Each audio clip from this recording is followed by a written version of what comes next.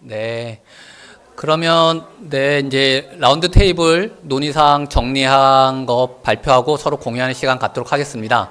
잠깐 이제 유튜브를 껐었고, 여기부터 다시 이제 유튜브로 좀 중계를 합니다. 네. 그러니까 같이 좀 발표 팀들 논의사항들 공유를 해주시면 좋겠습니다.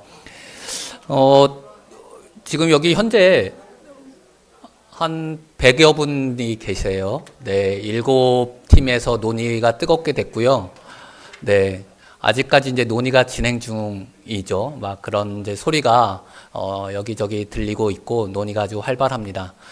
우리가 보통 전반부에 잠깐 있다가 찍고서 이름 쓰고 가는 분들이 아주 많은데 여기는 이렇게 끝까지 남아서 계시는 분들이 엄청 많습니다.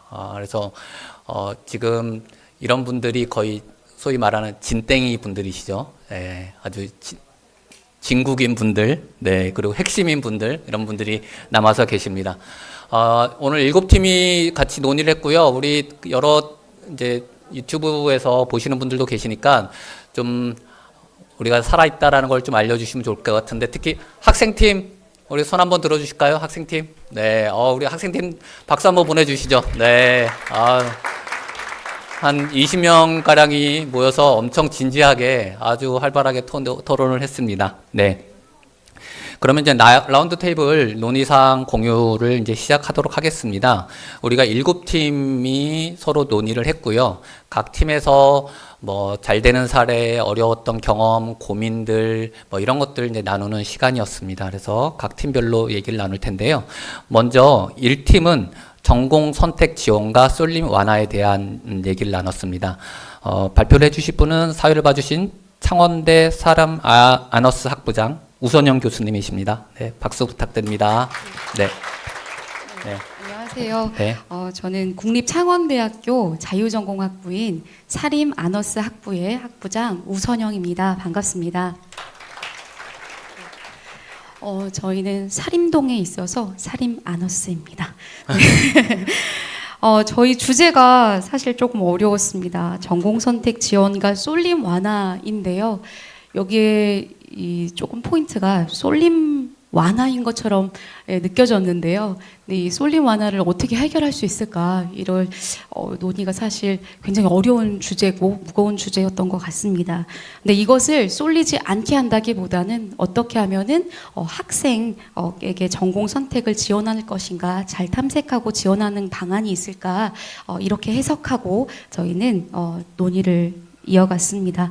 저희 테이블엔 총 5분이, 저를 포함해서 5명이 그 논의를 이어갔는데요. 2025년도에 첫 번째 라운드를 막 마치고 있는 2명과, 그리고 한 학교는 이제 5, 6년 차 되는 것 같습니다. 좀 경험이 있으신 교수님과, 그리고 2026학년도에 이제 1유형을 앞두고 있는 이렇게 총 6명이 5명이 한 구성원으로 논의를 했습니다.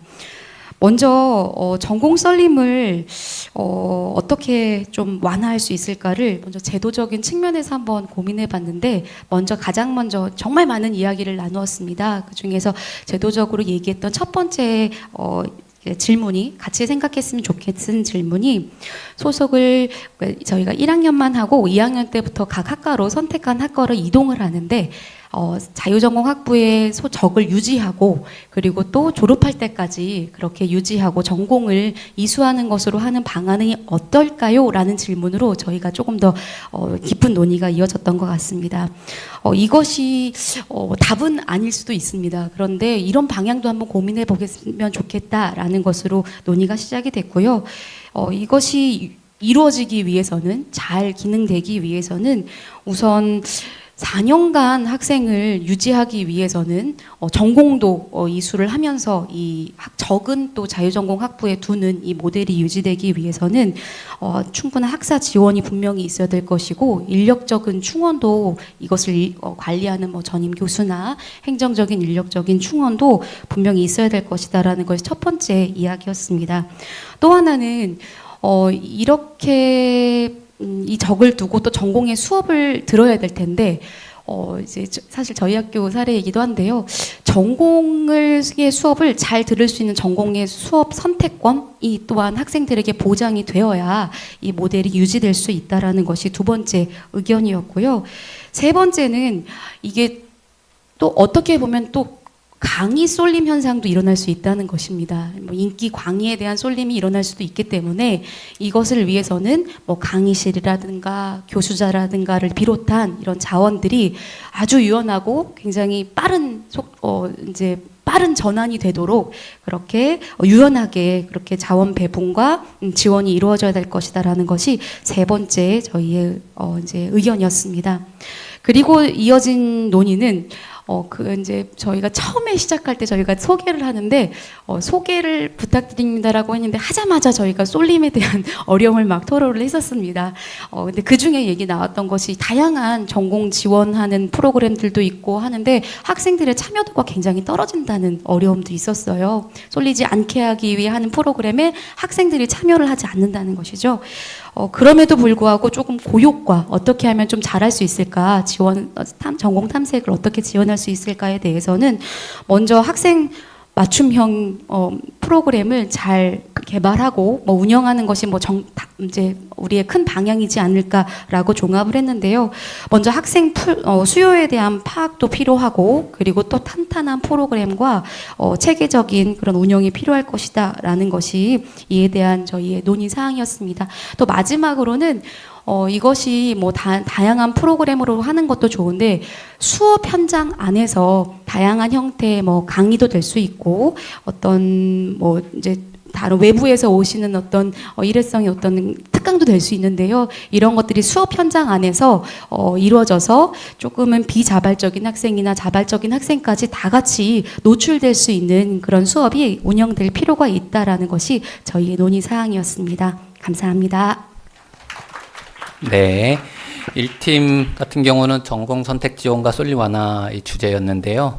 학적을 유지하면서 다른 전공을 선택하는 방법이나 학사 지원이 좀 더 유연화되고 좀 자원 배분이 적절하게 돼야겠다. 또 학생들의 전공 수업 선택권이 잘 이루어져야겠다라는 논의를 해주셨습니다. 네, 고맙습니다. 네, 이 팀은 교육과정 운영과 학사 관리에 대해서 논의를 했습니다. 사회는 강릉원주대 자유전공학부 최정아 교수님 해주셨고요. 네, 부탁드립니다. 박수 부탁드리겠습니다. 안녕하십니까. 저 강릉원주대학교 최정아라고 합니다. 저희 팀에서는 교육과정 운영과 학사 관리에 대한 얘기를 했는데, 얘기를 하다 보니까 이제 그 자유전공 운영에 대한 어려움에 대해서 많이 토로하는 그런 시간이었던 것 같고, 저희 팀에서는 자유전공 운영한 대학도 있고, 이제 내년부터 운영하려고 하는 대학들이 있어서, 어떻게 이제 학생들이 그 전공을 탐색하기 위해서 보통 그 전공 기초 그 수업을 듣게 되는데, 그때 그런 학점들을 어떻게 인정할 것인가에 관련된 얘기들도 나누었습니다. 그래서 예를 들어서 학생들이 경영학과 수업을 들었는데, 나중에는 다른 학과를 선택했을 때 그럼 경영학과 수업을 어떤 그 교양이나 아니면 전공으로 그 인정할 것이냐에 관한 얘기도 나눴었고, 그 다음에 그런 교양이나 전공으로 지정하는 것들을 언제 지정을 할 것인지, 아니면 누가 그거를 이제 변경하거나 수정할 것인지에 관련된 내용들도 나눴습니다. 그리고 이제 그 학교마다 아까 말씀해주신 것처럼 학생들을 어떻게 그 자유전공의 형태에 따라서도 조금 다를 것 같은데요. 저희 학교도 마찬가지고 1학년 때 자유전공에 소속해 있다가 2학년 때부터는 전공으로 소속이 되게 되는데, 자유전공으로 이렇게 4년 내내 소속되면서 운영하는 경우에는 이제 그 졸업 학점을 그 수업들을 지정을 하는 형태로 학생들을 묶어서 이렇게 좀 소속감을 주면서 수업을 진행을 하기도 하지만, 그런 경우에는 그렇다면 그 자유전공 졸업을 위해서 지정된 학점 플러스 나중에 전공으로 들어야 되는 학점까지 들어야 됐을 때 학생들이 졸업을 위해서 들어야 되는 학점들이 많아지는 그런 문제점에 대해서도 얘기를 나눴습니다. 그리고 이 자유전공 교수님들이 전임으로 계시는지 아니면은 겸임으로 이제 학생들을 담당하시는지 여부에 대해서도 같이 얘기를 나누었는데요. 그러니까 전공 탐색을 하는 과정에서 이제 상담 같은 것들이 필수적으로 이제 그 수반이 되게 되는데, 자유전공 소속에 계시는 그 전임 교수님들이 학생들을 이제 담당해서 상담하고 지도하시는 경우들도 있지만, 그 탁과에서 겸임으로 이제 그 교수님들이 학생들을 담당하는 경우에 그 탁과 교수님들이 자유전공 상담을 진행할 때 어떻게 인센티브를 주고 좀 적극적으로 지도를 해주실 수 있는가, 그런 문제들에 대해서도 얘기를 나눴습니다.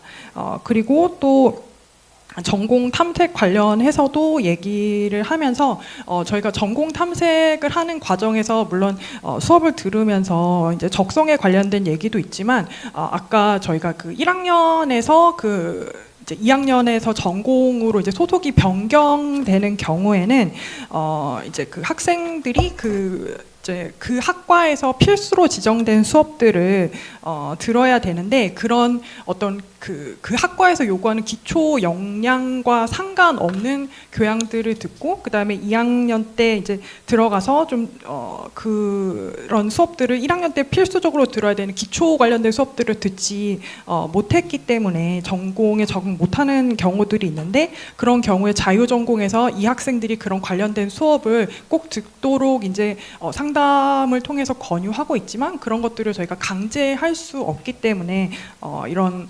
학생들의 그 전공 선택 탐색 과정에서 어느 정도까지 저희가 학생들을 강제화하거나 좀 이렇게 아니면 추천 정도로 끝날 수 있을지에 대해서 다양한 얘기들을 나눴던 것 같습니다. 네.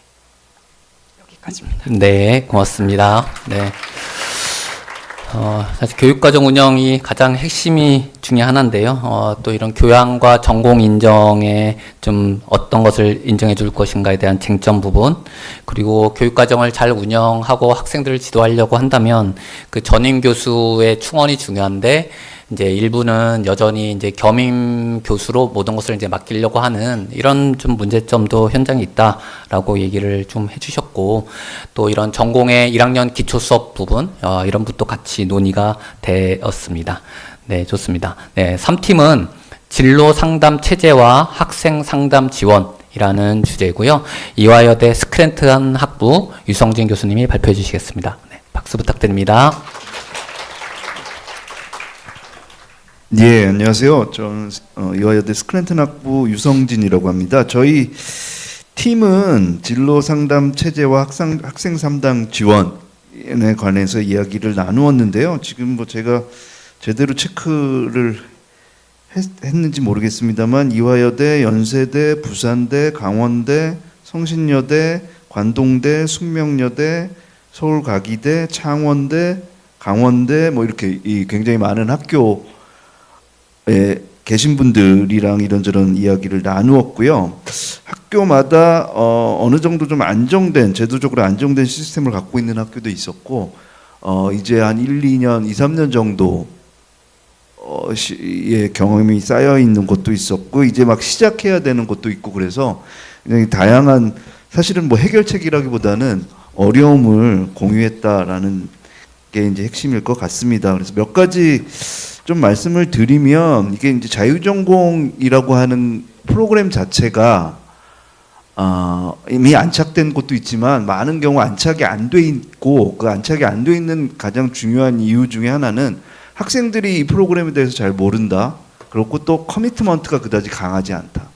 그러니까 전공 선택을 하면 이제 준전공으로 옮겨갈 거기 때문에 일종의 이제 거쳐가는 프로그램의 성격이기 때문에, 자유전공 자체 내에서 상담 프로그램을 이런저런 시도를 하더라도 초기에는 학생들의 관심이 굉장히 낮다, 참여도가 낮을 가능성이 있다라는 이야기를 주셨습니다. 그리고 더더군다나 요새는 이제 좀 반수 뭐 이런 것들을 많이 하기 때문에 중도 탈락자, 중도 포기자들이 있는 경우에는 아무리 좋은 프로그램을 만들어도 제대로 운영되지 못하는 경우들이 있다. 그러니까 그런 측면에서 이제 좀 어려움을 이야기를 하셨고, 거기에 대한 나름대로 해법, 이랄까 아니면 보완책에 관해서도 이제 이야기를 나눴는데요.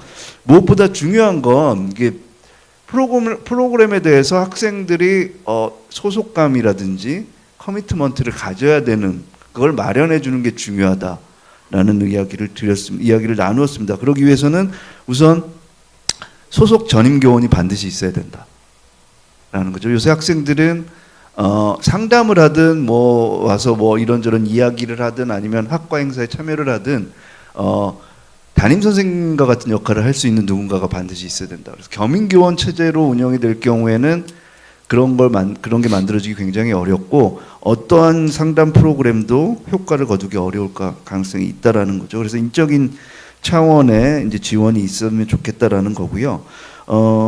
진로 상담 이런저런 이제 면담을 의무화하는 게 필요하다라는 거죠. 학생들이 자발적으로 참여하는 경우도 있지만 그것보다는 이제 제도적으로 이거를 강제하고 뭐 그걸 교과목으로 삼는다든지 아니면 비교과 프로그램으로 만든다든지 해서 처음 한 두세 번 정도는 참여할 수 있는 여지를 만들어주고 그 다음에 이제 이 면담이 이어질 수 있는 그런 이제 이 일종의 정착 프로그램이 필요하다라는 이야기도 나누었고요.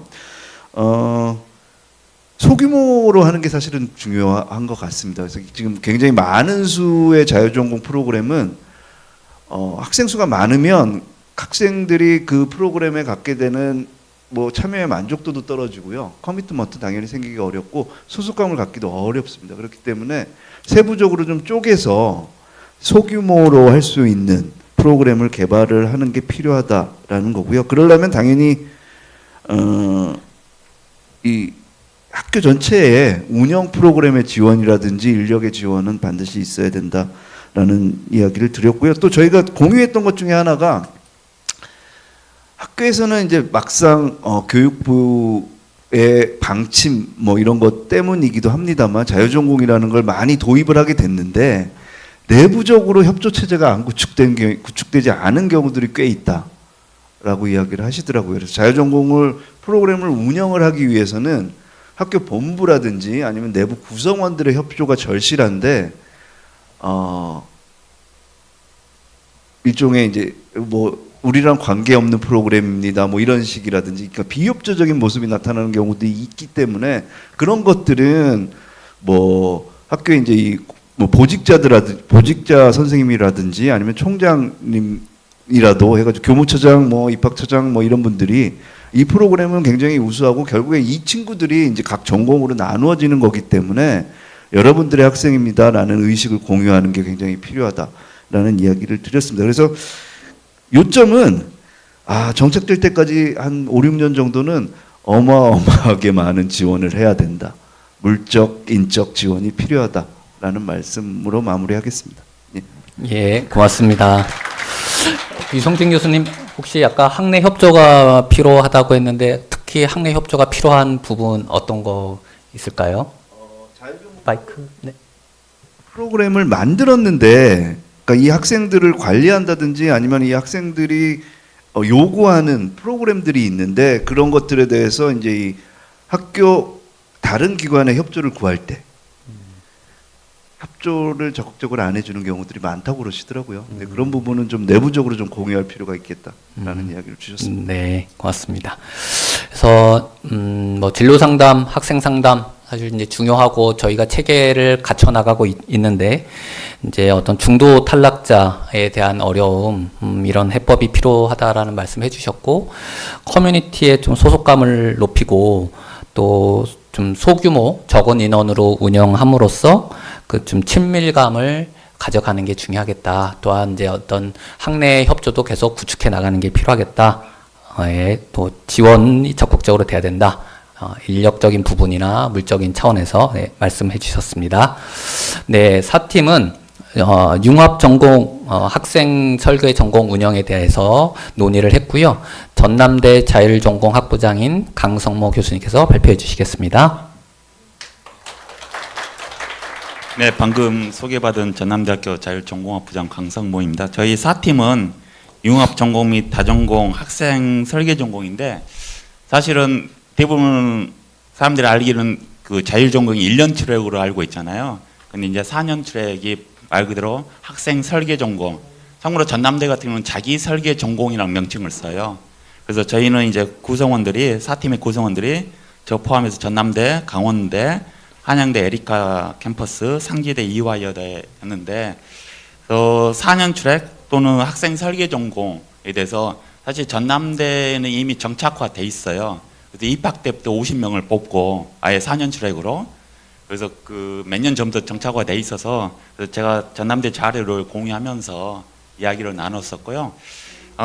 이게 강원대 케이스 같은 경우는 학생 설계 전공이 이게 학생들이 선택이 상당히 어렵다. 한양대 에리카 캠퍼스 그렇게 의견을 주셨고요. 왜냐하면 어떤 메리트가 없다는 것이죠. 학생 설계 전공. 아까 그 발표할 때 학생들에게 어려운 점이 취직할 때 전문성이 너무 없어 보인다.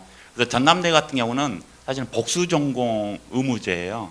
복수 전공에 자기가 학생 설계 전공도 해야 되는 거죠. 그래서 학위명이 2개 나와요. 그래서 그 전남대의 취업 그 졸업생들한테 물어보면은 취업 면접할 때 상당히 장점이었다.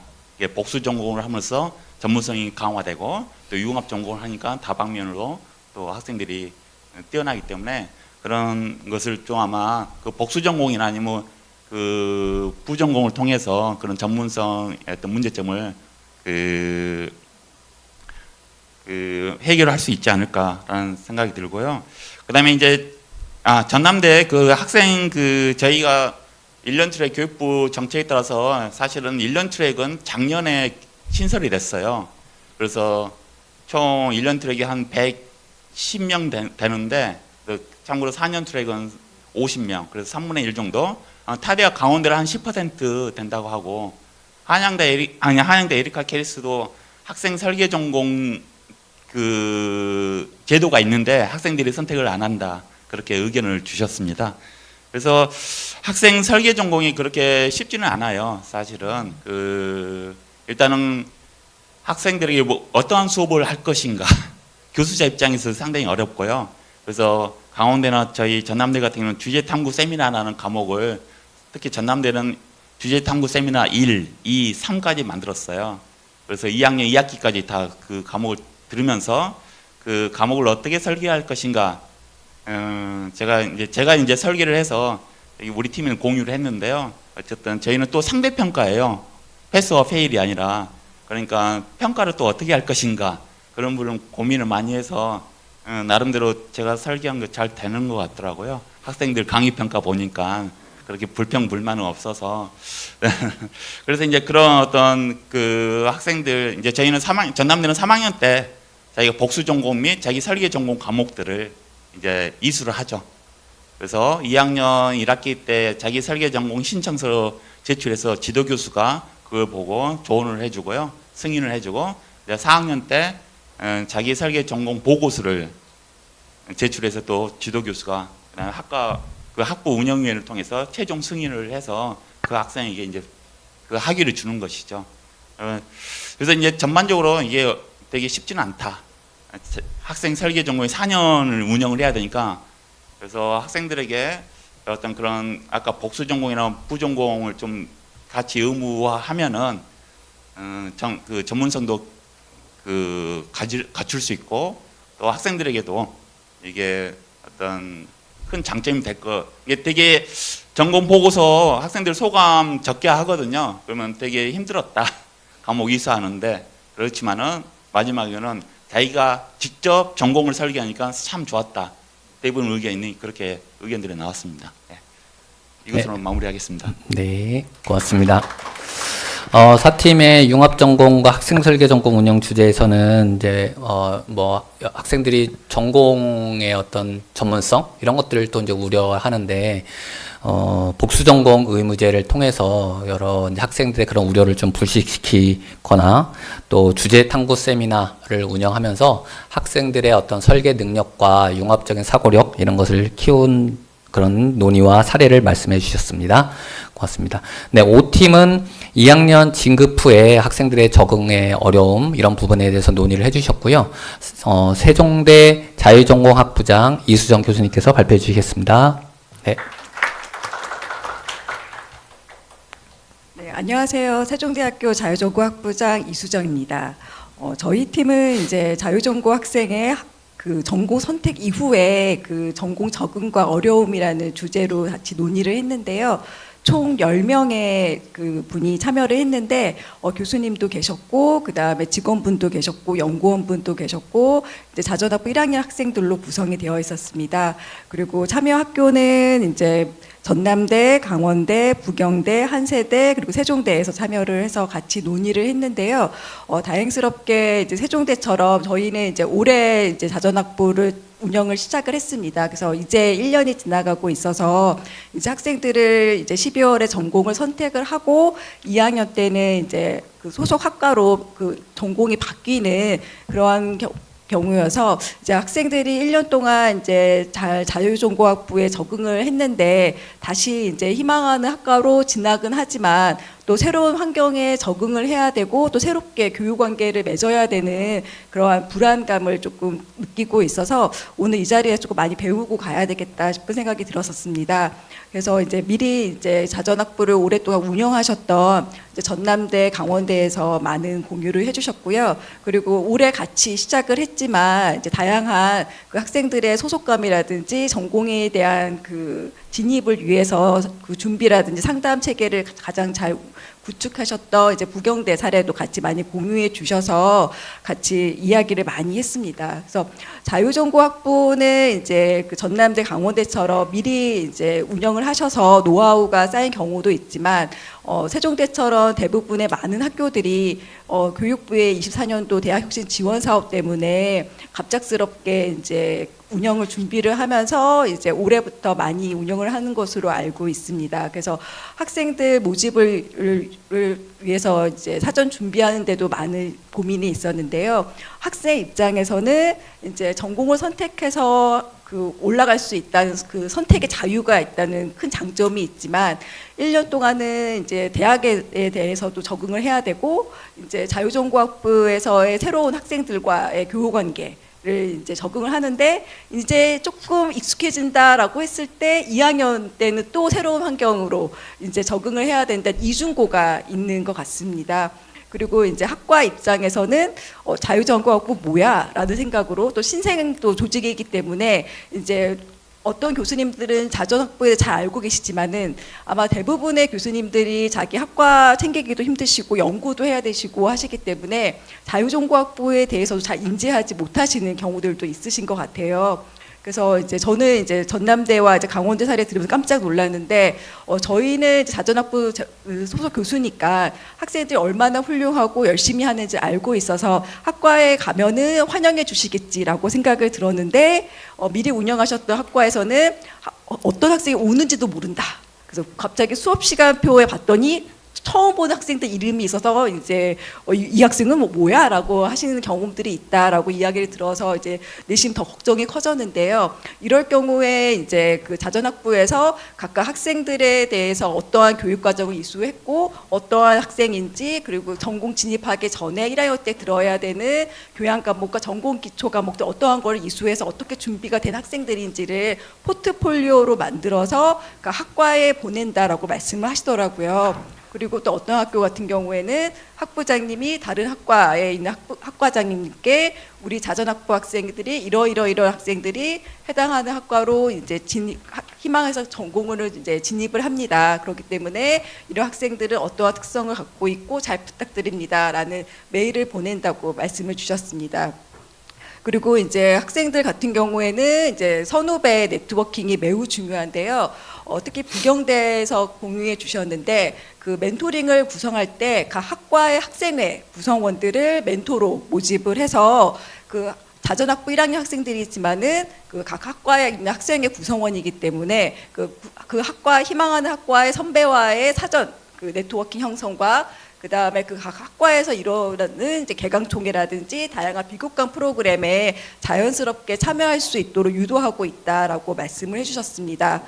그리고 이제 각 학과에서 이제 여러 가지 행사들을 할 때 그 참여 대상자들을 이제 자기 학과로만 이제 제한하는 경우들이 있는데 그랬을 때 자전학부 학생들도 참여할 수 있도록 그 참여 대상자를 좀 확대해 주시는 것이 되게 중요할 것 같아요. 그 세종대 학생들 같은 경우에도 그 학과가 관심이 있어서 참여하고 싶지만은 대상자의 자전학부 학생이 없으면은 참여를 하지 못한다고 합니다. 그래서 그 학과에서도 다양한 프로그램 했을 때 자전학부도 참여할 수 있도록 하면 좋을 것 같고요. 그리고 이제 자전학부가 신생학부이다 보니까 학생들 사이에서도 우리과 출신, 1학년 때부터 자기과 출신이면은 훨씬 더 잘 챙기고, 자전학부 하는 애들은 얘는 뭐지? 편법을 써서 왔나? 라는 생각이 드는 학과도 있다고 해서 조금 더 그 구성원 간의 네트워크 형성할 때도 폐쇄적인 문화기보다는 조금 더 다양한 구성원들이 같이 참여할 수 있는 그런 오픈 문화가 형성되는 것이 중요하겠다라고 이야기를 나누었습니다. 감사합니다. 네, 고맙습니다. 다채로운 얘기가 나왔는데요. 그 아까 말씀하신 것 중에 포트폴리오 얘기, 그거 조금 더 얘기를 해주실 수 있나요? 이거 전남대 사례에서 그래요? 말씀을 해주셨는데요.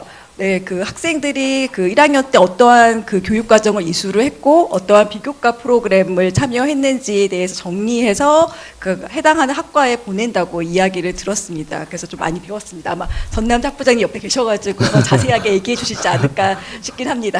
네. 올해 처음 네네. 그렇게 학생이 어떤 활동을 했고 또 어떤 또 상담과 이런 것에 대해서 서로 연계하고 공유하는 거는 되게 중요할 것 같습니다. 네. 또 이런 멘토링 이런 얘기도 해주셨고요. 이렇게 연계 체제를 만들어야 되는 부분, 그리고 또 한편으로는 조금 폐쇄적인 문화를 좀 개방적이고 오픈적인 그런 문화로 만들어 가야 되는 이런 것들이 함께 곁들여 가야 될 거라고 생각을 합니다. 네, 5팀의 진급 적응에 대한 얘기였습니다. 네, 6팀은 제도적 지원과 교육 거버넌스, 참 과제가 많죠, 이 얘기. 네, 가천대 자유전공학부의 김보광 교수님께서 발표를 해주시겠습니다.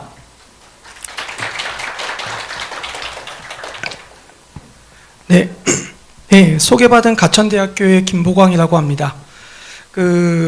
저희는 총 5개 학교에 저를 포함해서 7분이 모여서 인력 및 제도적 지원과 교육 거버넌스라고 하는 제목으로 논의를 좀 이야기를 나눴습니다. 네, 이 주제에서 알 수 있듯이 사실 저희 레벨에서 나눠서 내릴 수 있는 결론은 아니었던 것 같고요. 이 주제는 총장님이나 최소 처장님 이상이 오셔서 직접 경험하시고 결정을 논의를 하셔야 되는 주제가 아니었나 싶습니다. 근데 저희는 공교롭게도 이 5개 학교의 교수님들과 직원, 연구원 선생님들이 고루 섞여 있었습니다. 그래서 25년, 1년 동안 겪었던 어떻게 보면 이 생생한 이 이야기를 경험을 나눌 수 있었다라고 생각을 하고요. 전체적으로 보면 300명에서 약 많은 학교 같은 경우에는 600명이 넘는 이 무전공으로 입학한 학생들이, 저희는 대체적으로 그 학생 설계 쪽보다는 그냥 무전공 입학한 경우에 제한을 두어서 좀 논의를 진행했습니다. 그래서 학교마다 약간씩 편차는 있었습니다만 대체적으로 300에서 한 600명 안팎의 규모를 담당을 하셨고요. 근데 공교롭게도 공통적으로 학교마다 이름은 다르지만 교양대학에서 이 전공 학생들을 담당했다라고 하는 공통점이 있었습니다. 그리고 또 한 가지의 공통점은 인력 지원은 최소화되었었다라고 하는 점이 공통점이라고 하는 슬픈 현실을 목격했습니다. 제가 이제 우리 학교가, 저희 학교가 참 직원 선생님들이 너무 힘들겠다 뭐 이런 해서 좀 하소연 좀 하려고 봤더니 하소연이 거의 의미가 없는 그런 다들 비슷한 상황이었다라고 하고 생각이 들고요. 아마도 이게 갑작스럽게 추진되었던 부분이 가장 큰 영향을 주었던 게 아닌가 싶습니다. 어찌되었든 그래서 저희가 전체적으로 보면 인력과 관련된 이야기를 가장 많이 나누었는데요. 이 300 이상의 학생들에 대해서 먼저 이제 상담이나 학생들을 직접 관리하는 교수의 부분에 있어서도 어떤 학교는 전임 트랙 교수님이 계시고 어떤 학교는 학사 지도 교수와 같은 분을 새롭게 뽑아서 관리하는 학교도 있고 아예 그것도 없었던 학교도 있고 다양한 방식이었는데요. 그래서 저희 생각에는 어떤 식으로든 간에 교수 충원이 필요하다라고 하는 부분과 가능하다면 이것도 이제 전임 교원과 그다음에 학사지도 교수가 동시에 둘 다 존재하고 이 두 부류 간의 경계와 역할이 분명할수록 이게 훨씬 더 효율적이 될 수 있겠다라는 판단을 내렸습니다. 또 한편으로 직원분들의 경우에도 마찬가지로 대부분의 경우 기존의 교양대학에 이 300명 이상의 학사 업무가 더해지는 형태로 올 한 해가 유지가 되었고요. 아마 내년 26학년도에도 큰 변화는 없지 않을까라고 예상이 되는 상황이었습니다. 그래서 어떻게 보면 이 부하가 상당히 행정적인 부하가 크게 걸린다라고 하는 판단이 들었고요. 조금 당장 해결이 어렵다 하더라도 이 무전공이라고 하는 방식이 지속이 된다면 이 좀 작은 규모의 단과대라고 하는 차원으로 인정을 하고 거기에 맞는 인적 자원을 확보하거나 보장해주는 방식이 좀 현실적으로 고민이 필요하지 않을까 하는 생각이 들었습니다. 그래서 대표적으로 이제 계약직 직원을 자꾸 이제 좀 당장 손이 급하니까 계약직 직원을 쓰는 것도 뭐 도움은 되지만 이게 장기적으로 놓고 보면 이게 학교의 안정적인 학사 행정에는 크게 도움이 안 되는 부분도 어떻게 오히려 불안정한 부분을 야기할 수도 있는 요소여서 그것보다는 어떤 정직원 중심의 학사 행정 지원 인력 체제가 필요하다, 즉 인력 충원이 필요하다라는 생각을 해봤고요. 그 다음으로 이제 이야기를 했던 것이 어떤 공간과 관련된 부분이었습니다. 뭐 이 국립대냐 아니냐에 따라서 약간 차이가 있을 수도 있겠지만 대부분의 아마 사립대 많은 경우에는 공감하리라 생각하는데 학교에 일단 공간이 그렇게 넉넉한 편은 아니었습니다. 그런데 문제는 어떤 300명이라고 하는 최소 300명이라고 하는 단위가 갑자기 생겨나니까 당장 저희 학교만 하더라도 학생들의 공간 문제 이슈가 생겨났었는데 이거를 뭐 공간이 하루 이틀 사이에 해결할 수 있는 건 아니고요. 결국에는 해결하지 못하고 1년을 지나간 셈이 됐습니다. 근데 이 공간 문제는 단순히 그냥 학생들이 모일 수 있는 공간이 있다 없다의 문제가 아니라 이게 더 나아가면 학생들 간의 연대감, 소속감, 더 나아가서 이제 이 또 아까 앞서에서도 나오곤 했었지만 뭐 선후배들과의 접점 뭐 이런 등등 이 모든 것들이 어우러지는 공간이 바로 이 학생들의 어떤 공간이라고 얘기할 수 있을 겁니다.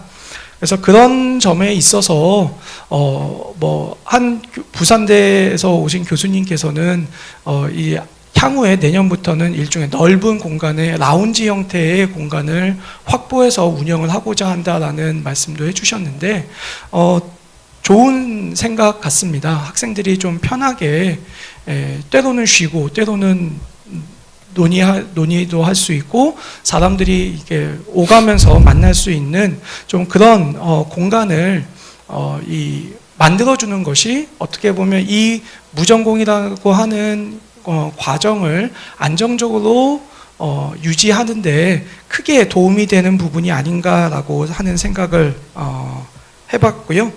네. 네, 이상입니다. 네, 고맙습니다. 네.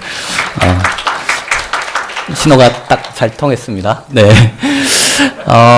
우리 거버넌스 논의 참 쉽지 않은 주제고 총장님과 처장님의 관심이 많이 필요하다 이런 말씀 해주셨고요. 사실 300명, 600명 이런 학생들이 대단위로 들어와서 신생학과에서 관리한다라는 거 되게 어려운 문제죠. 네, 그 부분이 되려면 인력 지원과 공간 문제 이런 것들이 맞물려 돌아가야 되고 또한 어떤 단과대 정도의 어떤 위상 일단 학생 수가 그만큼 되고 그 학생 수를 잘 관리하고 잘 올려보내야 되는 책임과 또 역할이 있기 때문에 그것에 따른 지원이 필요하다라는 말씀을 아주 정확하게 또 진솔하게 잘 해주셨습니다. 있다고 생각합니다. 네. 네, 마지막 팀은 자유전공 학생들에 대한 논의이고요. 강원대 자유전공학부 최준하 학생이 발표하겠습니다. 네. 최준하 학생은 작년 포럼에도 등장했었는데 올해 포럼에도 이렇게 연속으로 네, 등장하고 있습니다. 네, 안녕하십니까. 저는 강원대학교 자유전공학부 학생설계전공 최준하라고 합니다. 일단 저희는 한 가지 주제를 24명의 학생이 같이 논의를 해봤는데요. 전국의 자유전공학부 학생협의체 구성에 관한 논의를 하였습니다. 근데 그 전에 일단 24명의 학생 그리고 4개의 학교, 강릉 원주대, 강원대, 전남대, 세종대 학생들이 다들 처음 보는 얼굴들이 더 많았기 때문에 서로 아이스 브레이킹을 할 겸 이름과 전공에 대한 소개 그리고 각자의 관심사에 대해서 짧게 이야기를 나눠봤고요. 그 뒤에 논의를 시작했습니다. 논의를 시작하면서 먼저 이 학생협의체가 필요한 이유에 대해서 소개를 했는데요.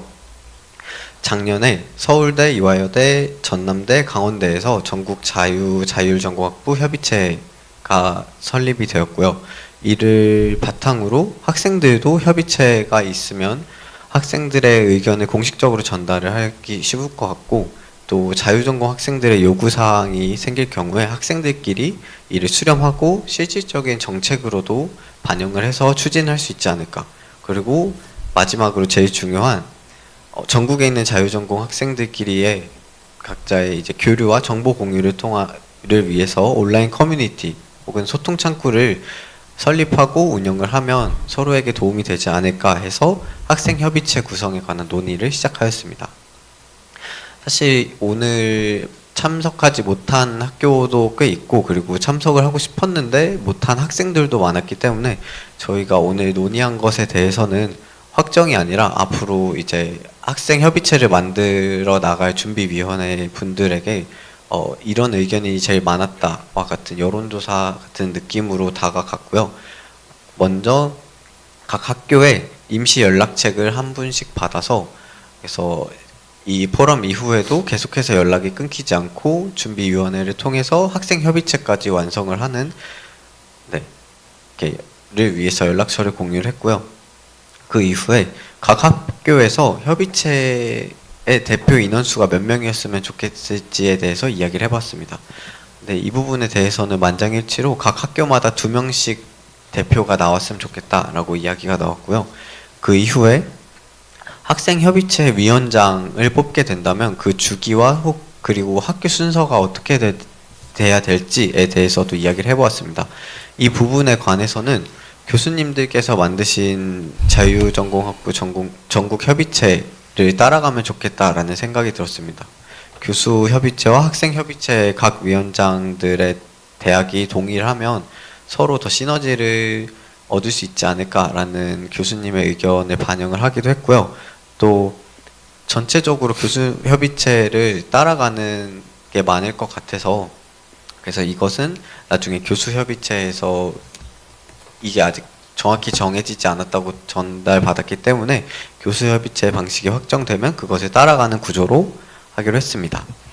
또 이후에 커뮤니티 플랫폼이 생긴다면 어떤 플랫폼을 가장 많이 쓸 것인가에 대한 조사도 잠시 했었는데요.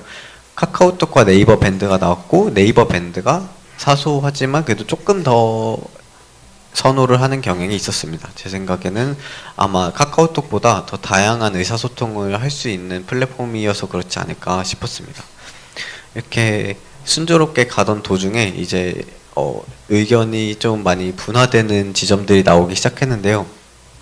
그 이유가 아마 대학별로 자유전공학부에 대한 구조가 달랐기 때문이지 않을까라는 생각이 들었습니다. 저희 강원대 그리고 전남대 같은 경우에는 자유전공학부가 있고 이제 1년 트랙 그리고 4년 트랙으로 쉽게 말하면 두 가지로 나눠져 있는데 세종대와 강릉 원주대 같은 경우에는 자유전공학부 자체가 신설되었기 때문에 1년 트랙밖에 없었고 그렇게 이 둘은 학생회가 있거나 혹은 없거나 혹은 있어도 아직 활동을 많이 하지 않았기 때문에 학생들이 대표해서 협의체에까지 의견을 전달하기 어려운 부분도 있었습니다. 또 만약에 협의체 각 학교 대표들을 뽑는다면